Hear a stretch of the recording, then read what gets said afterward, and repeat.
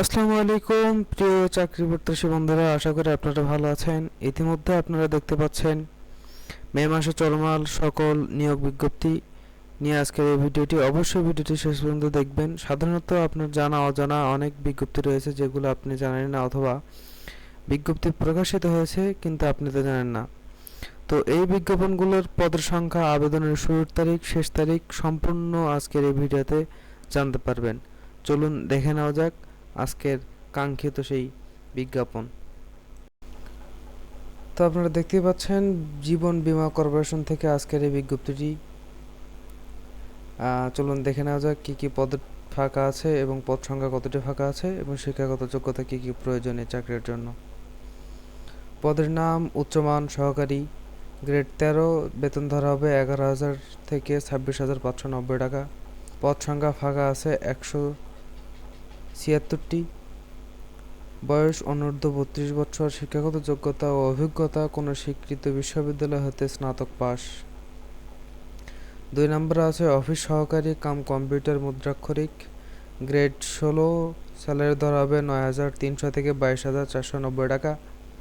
পদের সংখ্যা 165টি। অনূর্ধ্ব 32 বছর। শিক্ষাগত যোগ্যতা স্বীকৃত বোর্ড হইতে উচ্চ মাধ্যমিক সার্টিফিকেট, এইচএসসি পাস।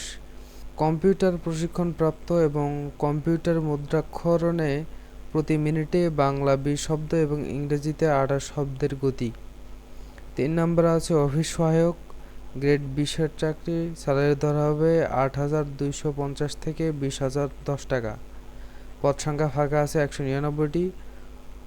বয়স অনূর্ধ্ব 32 বছর এবং শিক্ষাগত যোগ্যতা অষ্টম শ্রেণী পাস। আবেদনের জন্য ফর্ম পূরণ ও পরীক্ষায় অংশগ্রহণের ক্ষেত্রে অনুসরণীয় শর্তাবলী। আগ্রহী প্রার্থীকে অবশ্যই ওয়েবসাইট, আচ্ছা এই লিঙ্কটা আমি ডিসক্রিপশনে দিয়ে দিব। তো এর মাধ্যমে নির্ধারিত আবেদনপত্র পূরণ করে অনলাইন রেজিস্ট্রেশন ও ফি জমাদান কার্যক্রম সম্পন্ন করতে হবে। নিয়োগ বিজ্ঞপ্তির শর্তাবলী ও প্রদত্ত নির্দেশিকা মোতাবেক ফর্ম পূরণ করতে হবে। আচ্ছা, আবেদনকারীর বয়স 28 ফেব্রুয়ারি 2025 তারিখ, অনূর্ধ্ব 32 বছর। আচ্ছা, এখানে বলা হয়েছে যে 32 বছরের নিচে যারা আছে তারাই শুধু আবেদন করতে পারবে। আবেদনের সময়সীমা। আবেদনপত্র পূরণ ও পরীক্ষার ফি জমাদান শুরুর তারিখ ও সময় 16/4/2025 খ্রিস্টাব্দ সকাল 10 ঘটিকা। আবেদনপত্র পূরণ ও পরীক্ষার ফি জমাদানের শেষ তারিখ ও সময় 15/5/2025 খ্রিস্টাব্দ বিকাল 5 ঘটিকা পর্যন্ত। অবশ্যই আপনারা এটা মনে রাখবেন এবং বাদবাকি যা আছে সেটা আপনারা বুঝতেই পারবেন। তো ভালো থাকবেন সবাই। আসসালামু আলাইকুম।